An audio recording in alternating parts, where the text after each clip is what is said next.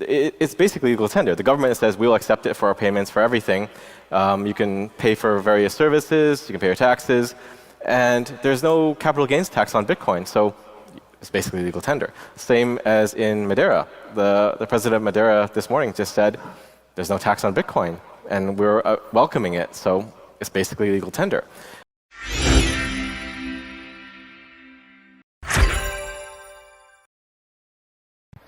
Smile. Do you know where we sit? They're just sitting here, no? Where's the round of applause? Man, the lights are bright. Yay!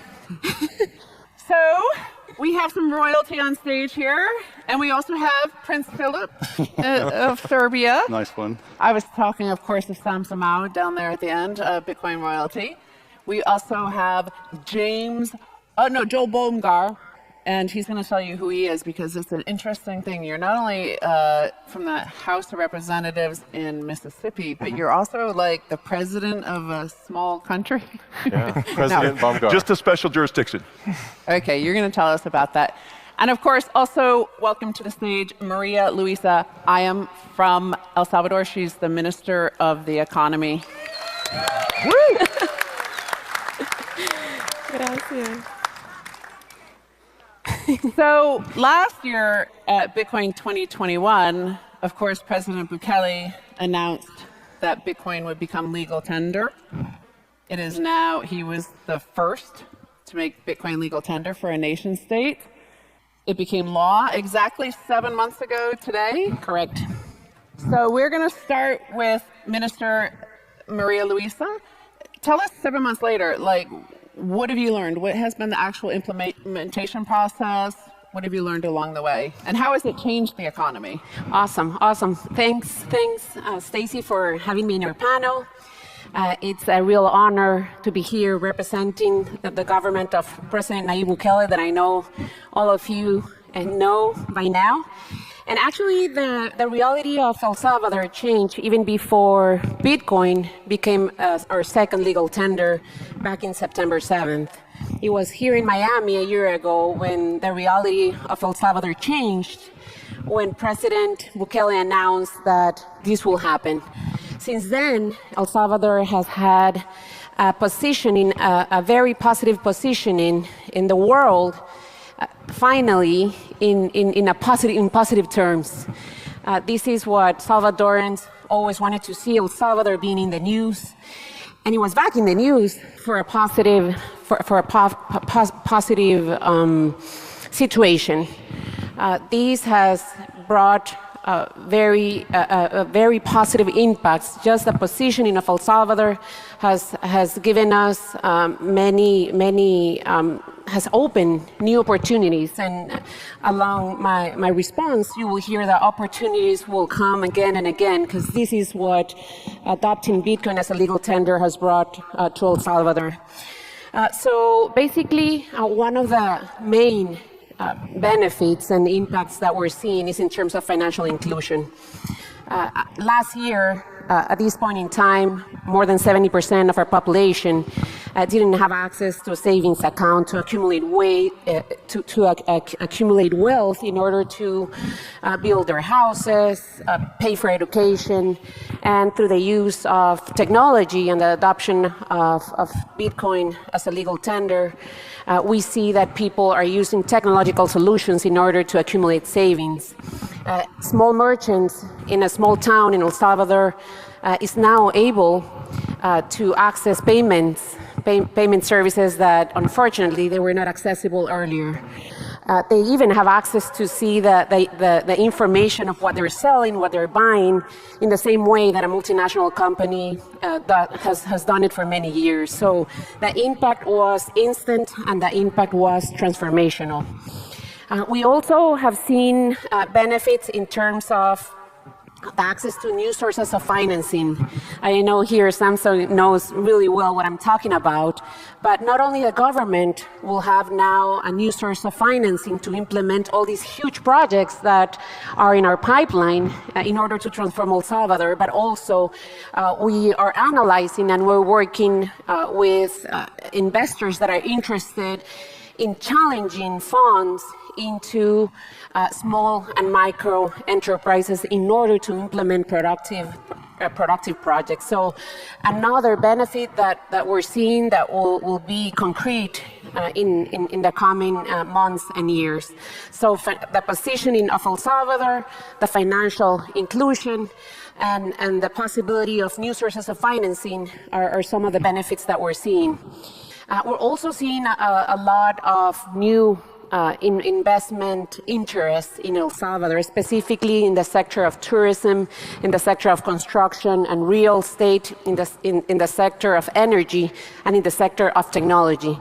Since the 7th of September of last year, there's more than 45 companies in the crypto ecosystem that have established in El Salvador. That's huge, again, in a very short period of time. A country that was, maybe some people didn't even know about El Salvador, and now in 7 months, actually today, it's actually our 7 months of having adopted Bitcoin as a legal tender.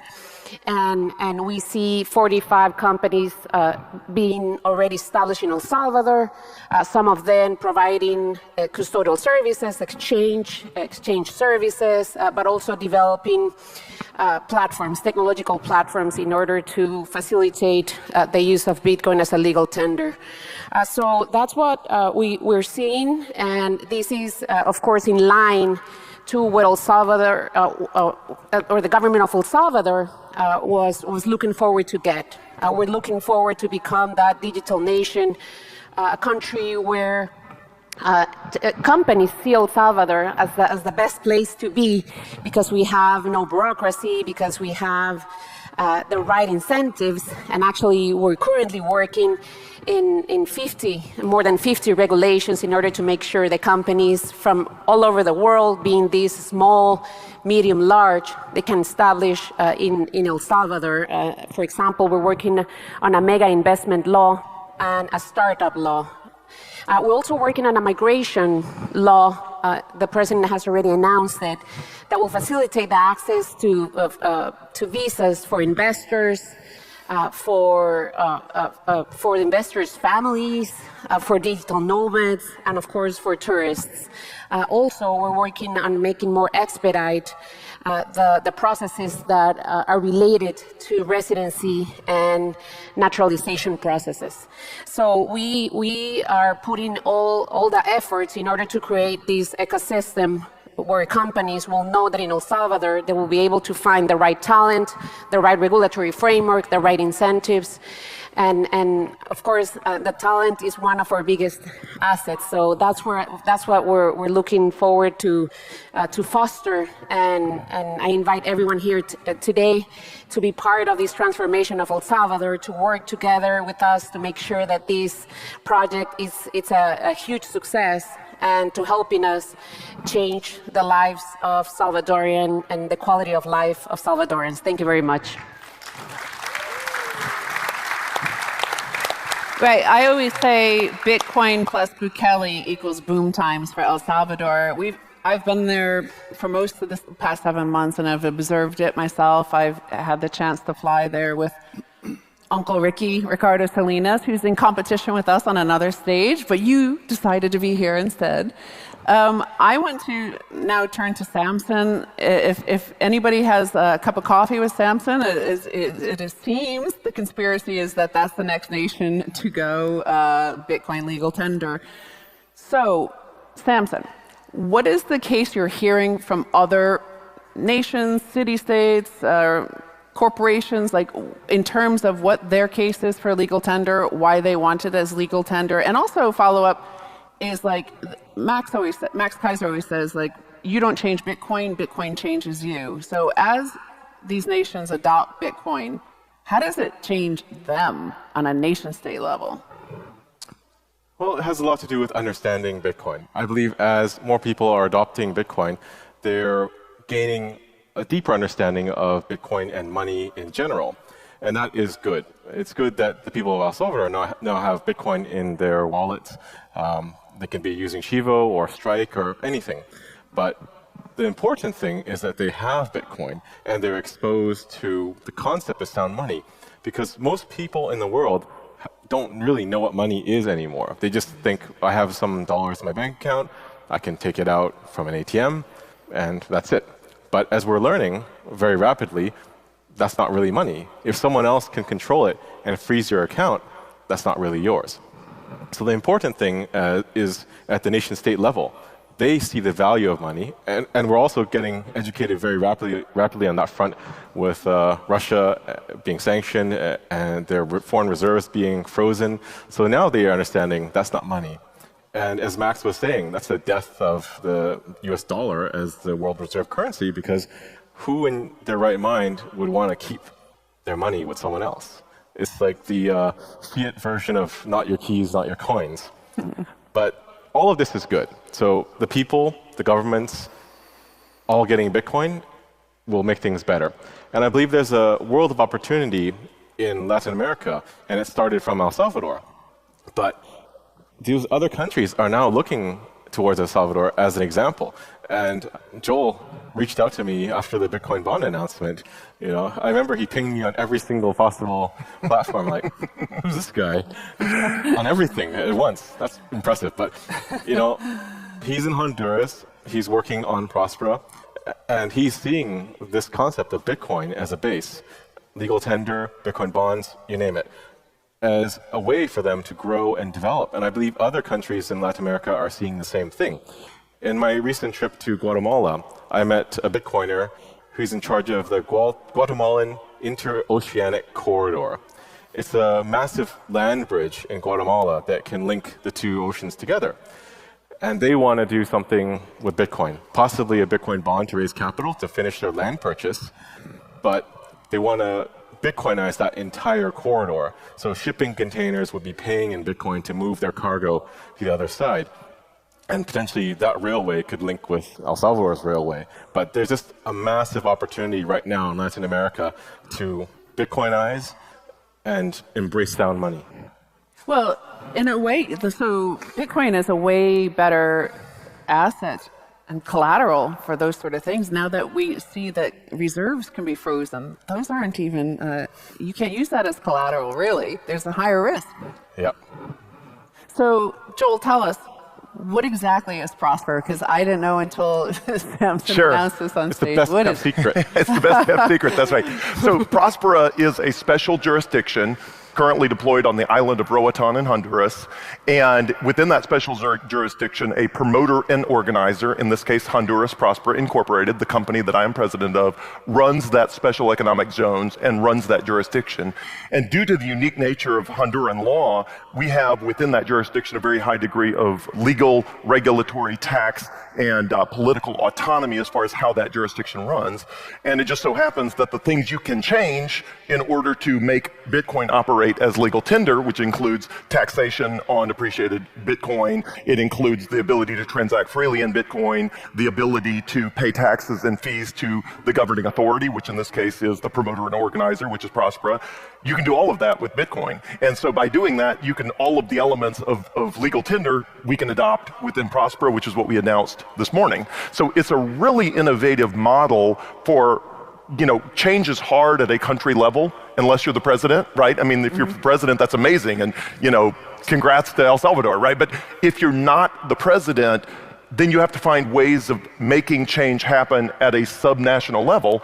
And that could be at, you know, states, counties, municipalities, or special economic zones. And if countries are willing to sort of devolve that level of political control and power to those levels, you can do really innovative stuff in special economic zones. And so currently Prospera is the, I guess, most innovative, most business-friendly legal jurisdiction that exists in the world.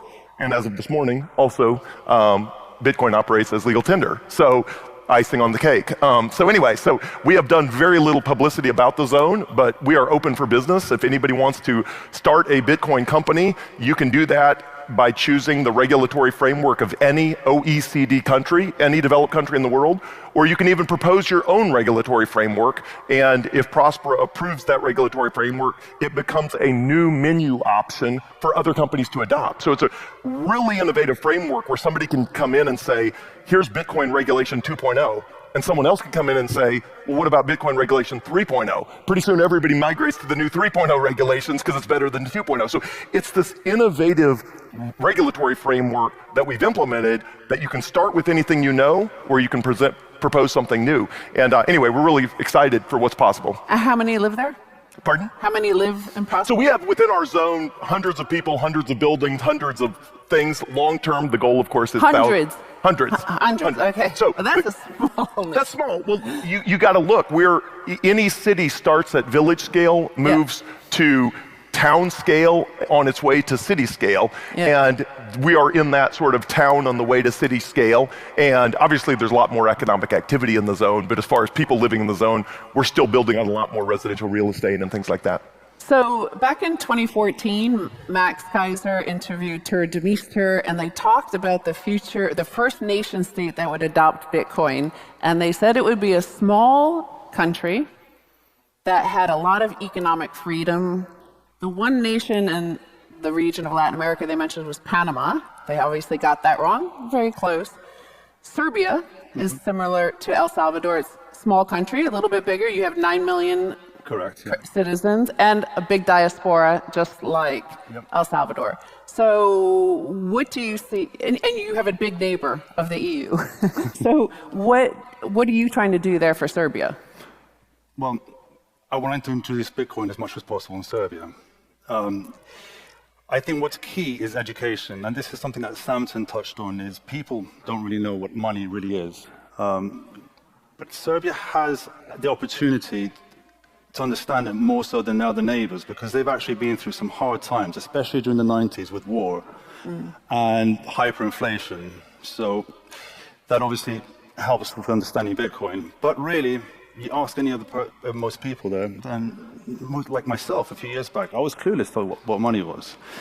So I think Serbia has that advantage. Serbia has a lot of diaspora around the world. I met some just now, they're in the audience right now, and I think it's important that diaspora is connected to Serbia, and you can do this as well with remittance, and Bitcoin is the #1 way of doing that. So that's one way to introduce it. And right now, Serbia is not going through the best time. They have I'll openly say, a very questionable government. And I think that with the next phase of its journey, then we'll hopefully have a younger, more open leader that we can work with Bitcoin, of course.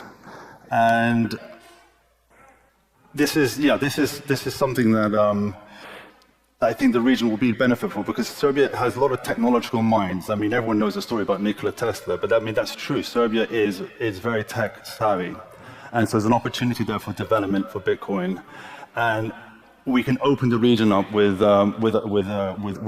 decent. They had legislations last year, but I don't think they're good enough. We want proper legislation that brings in the proper business.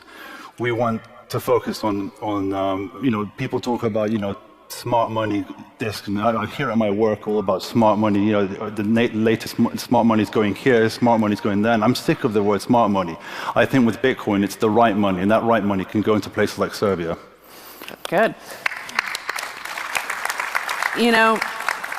A few years ago, I think it was Austin Goolsbee, an economic advisor to President Obama, had lamented that they hadn't killed Bitcoin while they had a chance. On a nation-state level, obviously, maybe I'm not going to present it to you, Maria Luisa, because it might be unfair to have you answer this question, but Joel Bomgar, you're a politician in America. We've seen the extraordinary intervention over the past few weeks from U.S. senators, a congresswoman just a few days ago in California, who did the classic, we really respect El Salvador's sovereignty and their democratic process, but they want to investigate how El Salvador, using Bitcoin as legal tender, might destabilize the U.S. system. How do you feel about that? But also, will it help El Salvador to have other regions or nation states follow rapidly soon? Sure. So change is hard. It doesn't matter what you're trying to change. Change is hard. The very first jurisdiction that tried democracy, everybody was watching and saying, wait, the peasants are going to vote? Like, that changes everything. And then, over time, everybody realizes it's not that scary, and now democracy is largely the, system of the world. So I think change is always hard, and you get all of that. And I think the greatest respects goes to those that move first. So you have El Salvador taking the lead. Nobody wants to go first. And then when you blaze a trail with any sort of change, those that come behind say, well, that wasn't that hard. You just follow the trail. And it's like, yeah, but what about when there was no trail? What about the first mover who had to figure out a path through the proverbial jungle, hacking with a machete, finding dead ends, finding new, and then, yeah, eventually the trail got made, whether it was the trail from east to west in the United States or whatever. And so I think the more people that trot a path, the safer it gets. And so with the adoption of any change or technology, you get the first movers, and then they make it safe for the next movers, and then the next movers, and eventually there are people that say, again, whether it's democracy or anything else, they're like, well, everyone else has done it. Maybe we should too.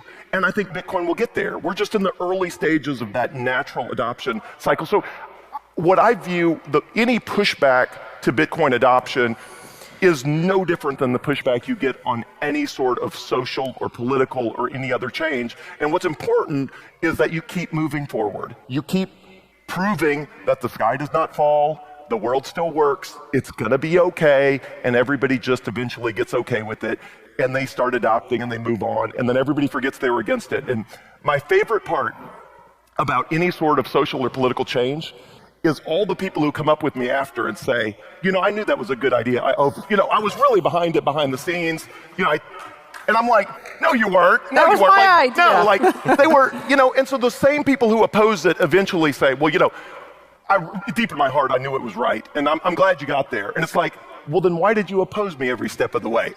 So I just think that's the nature of humanity. And so what matters is that we all keep pushing.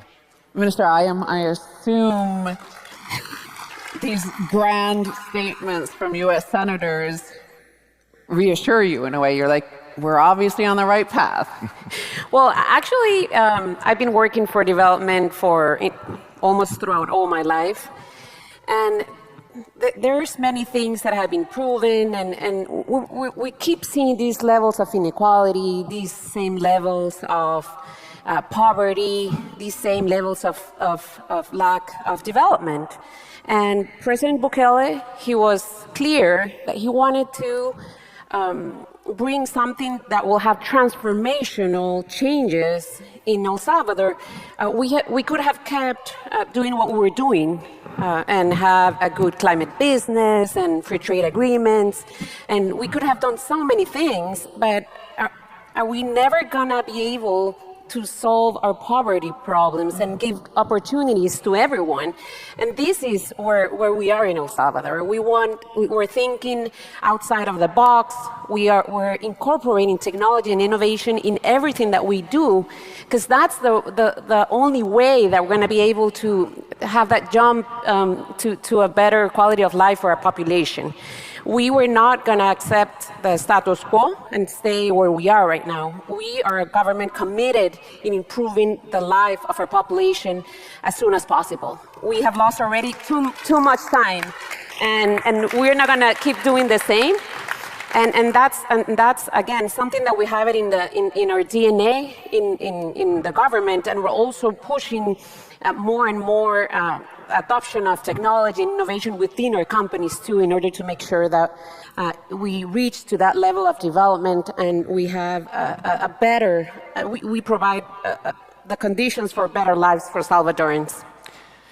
In a way, the fact that you had so many people who were unbanked in your country, like you get to leapfrog the rest of us who are stuck in these legacy systems that were, it's sunk costs, right? We're already involved in this and it works fine enough, whatever. But Samson, I was talking to a bunch of, there are a lot of Bitcoiners in Costa Rica, and running big companies, well-known companies, and they're starting to get have their bank accounts closed. So in terms of legal tender, there are some arguments. A lot of Bitcoiners will say, why do we need legal tender, or fuck the government, sort of thing. But that helps with that sort of level, right, in terms of getting bank accounts. Well, I think legal tender, we don't really need legal tender. You don't need someone to tell you what money is good, but it's a good step, right? We need to get there. And there is such a concept as de facto legal tender, like in Switzerland. So with Lugano and all the work that Paulo is doing, it's basically legal tender. The government says we will accept it for payments for everything. You can pay for various services, you can pay your taxes, and there's no capital gains tax on Bitcoin. So it's basically legal tender. Same as in Madeira. The president of Madeira this morning just said there's no tax on Bitcoin, and we're welcoming it. So it's basically legal tender. So you don't need to exactly have some law saying you must use Bitcoin. Even in Canada, we actually can trade with anything. Like, we can use the US dollar. As long as the two parties agree to trade with the currency, it's fine. We could trade with chickens if we wanted to. But the problem is capital gains on Bitcoin. We need to do something there to fix that. We have to get rid of capital gains tax on Bitcoin, or there has to be some de minimis amount, but ideally we go big or go home. So, I mean, it's just, these are all ways to get to where we want to go, which is hyper-Bitcoinization, just living, earning Bitcoin. And I think that is the only solution. There are a lot of governments, central banks out there that say, we're going to do a CBDC. But if you could have banked the unbanked with CBDC, you could have done that with the traditional banks, right? That's just not possible because a lot of people cannot get IDs. They don't have documents. They can't get an address proof. But they can get a Bitcoin wallet on their phone and get money. So Bitcoin is the best avenue possible to bank the unbanked. What was the capital gains rate on chickens if you use it? I don't know. 1 chicken to 10 eggs. Sounds logistically complicated. An appreciated chicken. Just use Bitcoin. So Prince Philip, you're a banker? I work in asset management. Close enough, right? So we banked the unbanked in El Salvador, but there's also a notion of unbanking the bank. Well, that's the thing. Well, one thing that concerns me is, well, it's not a concern. It's when the road to legal tender it's a threat to the legacy system. And I think it's important that even though we have to remove the money from the state, you have to sell to them that actually you can work side by side with the existing legacy currency, and that currency can then hop onto the rails of Bitcoin to enhance it, but actually what you're doing is you're just introducing Bitcoin. And I think that's important, really. I mean, that's just one way that will, look, in my position right now, even though I work in asset management and I technically am a banker. A banker, yeah. You don't want to say the word. You can say that word. It starts with W, ends with. He's struggling. I'm better off than most people in the world, but I have a pension fund, and I think this is another route that's important. Is I work with pension funds in asset management. A lot of that institutional money comes from pension funds, from sovereign wealth funds, and institutional clients.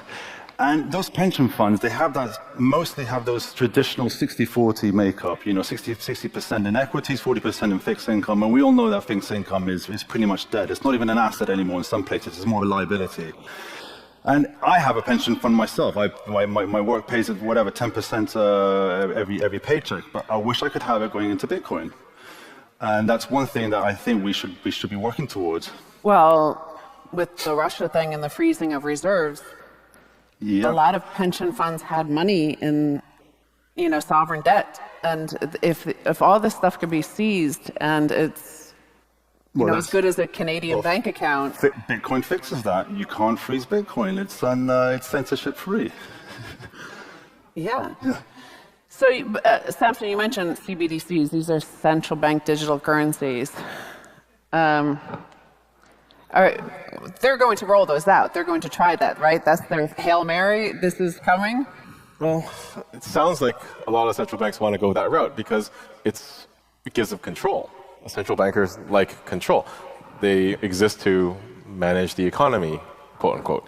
But a CBDC doesn't really need to exist. You already have digital currencies, like PayPal is basically the same thing. And there's a lot more control that they have when it is controlled by the central bank. So in Canada, at least they had to go and send an order to the banks and say, okay, freeze these accounts of the truckers. But if the central bank controls all the money, they can just freeze you direct. You don't need to go to anybody, and there's no recourse. There was no recourse under the Emergency Act where you couldn't sue your bank for freezing you out, but at that level, like, what are you going to do? You can't really fight the central bank. Joel, what do you think? In the U.S., certainly the Fed they're talking about Fed coin, essentially a Fed coin. Well, I would say, I mean, the United States probably is less advanced with a central bank digital currency than most other countries. And I'm with Samson, like, what does it accomplish? Like, the problem with our monetary system is not that it's not electronic. The problem is that it's publicly controlled by politicians. That is the problem with our money system.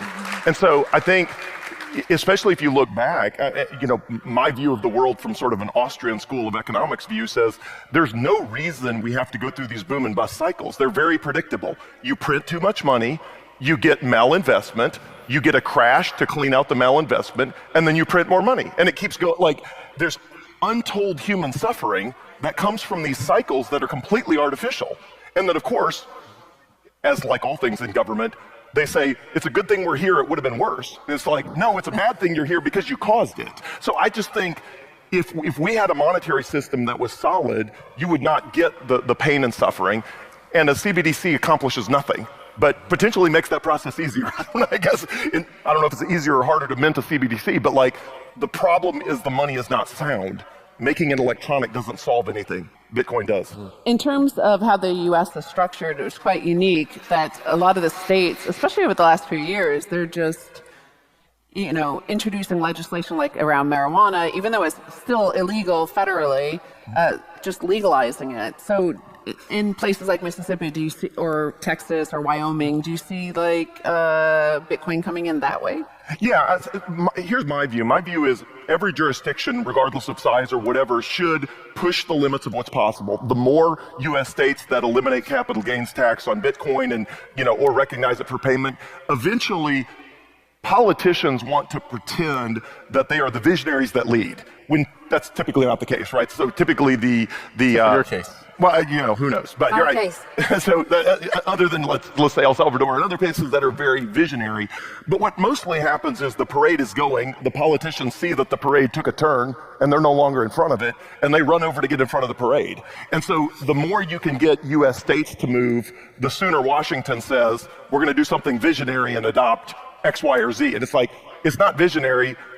40 of the 50 states have already done it. But in my experience, Washington is a massively lagging indicator. And so I would say, again, even though the biggest problems are at the federal level, the biggest way to get federal change is often to push ground up. And it's a lot easier to get things done at the state level. And when you're, of course, dissing governments and stuff, present company excluded. We have a minister of the economy here. Well, I figure as an elected official, I have at least some latitude to throw politicians under the bus. I was like thinking myself. in my head, hey, wait, isn't this guy a politician? Continuing with us, the CBDC, Samson, you said something interesting recently. Sometimes, occasionally you do. But you said stable coins are mid-step towards hyper-Bitcoinization. Well, it's the same idea as legal tender. Like, do we need legal tender? Probably not. Do we need stablecoins? In the long run, no. And I don't even think most of the stablecoin issuers think that they will be in existence in 10 years. It's something you need currently as we're transitioning away from the fiat money system. Because people still have to use the fiat system. If you're a merchant in El Salvador, you still need to pay your suppliers. And that's why something like Chivo is useful too. And Chivo gets slammed because it's a custodial wallet controlled by the government. Yes, but it's providing a service to the people and making it more efficient for them to do business. So all of these things are just tools to get us to hyper-Bitcoinization. And I've been criticized too, like, why are you working with government people? Why are you helping them get Bitcoin? Because I'm trying to align the incentives. If you can align the incentives enough, then you get hyper-Bitcoinization. If you can get the pension funds to buy Bitcoin because it's sound money, that's a good thing. If you can get a central bank to have Bitcoin in their treasury, then they're going to care about Bitcoin. If you can get a nation state mining Bitcoin, then they'll be securing the network. So these are all good things. Sure, Minister Hayem, you would presumably you've seen the last month where not only are reserves being frozen, but gold is also being. You can't. Russia's not allowed to use their gold. So it's nice that your treasury has a huge pile of Bitcoin. But in terms of what we're talking about with stable coins and CBDCs and stuff, like, are you seeing the numbers in terms of the preference of who's using Bitcoin and who prefers? Most people prefer to spend their shitcoin, right, which is the dollar. But everybody wants to earn Bitcoin. We see that across the U.S. Like, cities are saying, hey, give us your Bitcoin for your taxes. And you're like, yeah, I get that trick. I know what you're doing. Yes, like any new any innovation, any new technology that's adopted, it takes time for people to get to understand, especially when you have a complexity of a cryptocurrency. But we're seeing more and more usage of Bitcoin remittances, for instance. I think that's a good case where our diaspora, there's more than 2 million Salvadorans living abroad and have been sending their remittances back to El Salvador, paying high costs. And from one day to another, there's no extra cost for sending this money that is so important for their families. As of today, there's more than $76 million that have been sent already with no cost to El Salvador. That's a use case where we think there's going to be a big impact, and there's already adoption. But we've also seen banks adopting digital wallets in order to facilitate transactions, and I think this is something interesting on El Salvador's case. A bank has also put out a technological solution in order to facilitate the conversion from dollars to US dollars to Bitcoin, and Bitcoin to US dollars. So the adoption is happening fast. And also because the law mandates the merchants and companies to accept Bitcoin whenever someone wants to pay Bitcoin. Now, companies and merchants have the option through the use of this technology to receive US dollars, if that's what they want to use, or go into Bitcoin, or do a combination. So I think the more people understand and see the benefits of using Bitcoin, that will increase the usage. But it's a process. It's not something that will happen from one day to another. The government did provide a bonus of $30 to all the population, so that the population starts getting to know the cryptocurrency and how to use the Chivo wallet. But the Chivo wallet is not the only wallet that's out there. There's other options that people can use. And the objective of providing this bonus in the wallets for the population, it was not just to give a subsidy. It was to have people do the learning by doing, right? Yes. And some people have hooked on it, and they are currently using it. Some will take more time. Some will stick to the US dollar, and I think that's perfectly fine.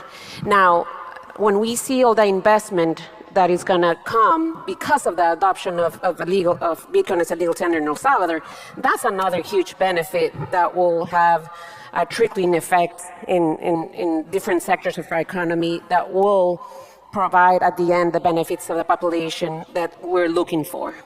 I always make sure when I pay with Bitcoin in El Salvador, I always show the person on the Chivo, make sure you keep it in Bitcoin. I do that too. I tap the phone for them. I turn off the conversion. You don't want US dollar, and they're like, "Oh, okay." Yeah. Okay. But having said that, Stacy, you can go to a little hostel or hotel in the mountains in El Salvador, and I can tell you, you're going to be able to pay in Bitcoin if you want.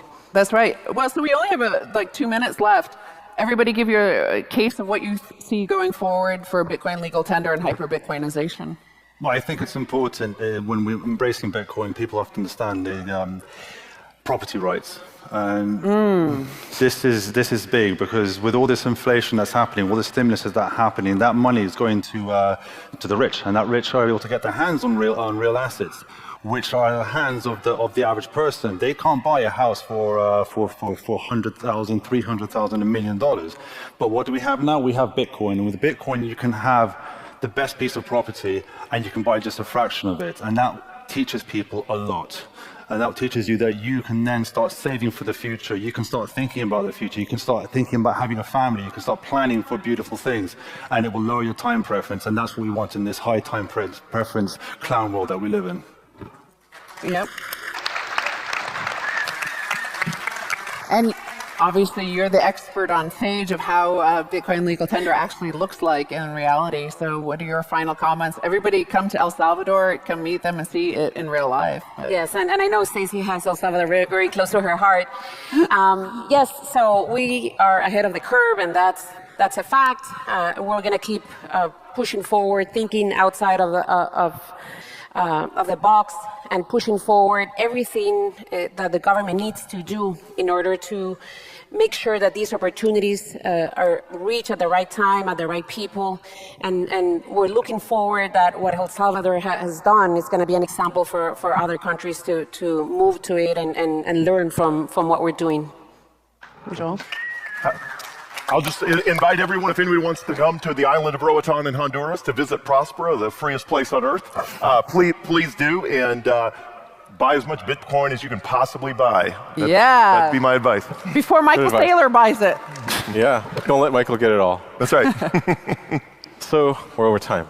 Okay, well, I'll wrap it up. Samson just announced his new company, Gen 3. I'm a member of this, an investor in it. So what do you see? This is your mission, hyper-Bitcoinization.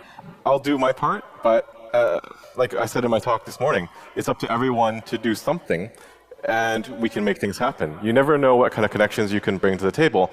I was just over there having lunch, and John Vallis's dad was talking to me and said, I met this guy from Zimbabwe that knows the president, so we could talk. So we're going to talk tomorrow. But this is how it happens. It's organic adoption, just like Bitcoin was organically adopted. There was no centralized entity pushing out Bitcoin like the shitcoins have, right? It's up to all of us to do a little bit and move the ball forward one step at a time.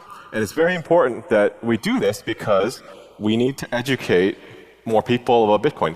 Imagine if a government, all like members of parliament or Congress, all understood Bitcoin. That would be a very good thing. Prince Philip's point, like about property rights are great as long as they exist, but they can disappear very quickly, like we saw in Canada. Your money, your truck can be gone in an instant. Just one emergency act and poof. So what we need is more Bitcoiners everywhere that understand the value of money, of sovereignty, and property rights. And then the world will start to be a better place.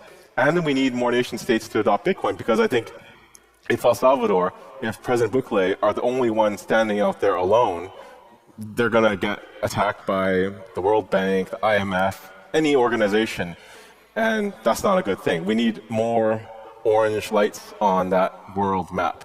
Because I honestly think if El Salvador cannot be a sovereign nation, we don't have a good chance to be sovereign individuals. Yes. Well, thank you all for joining us. And if anybody wants to come to El Salvador, I'll meet you at the airport. I will.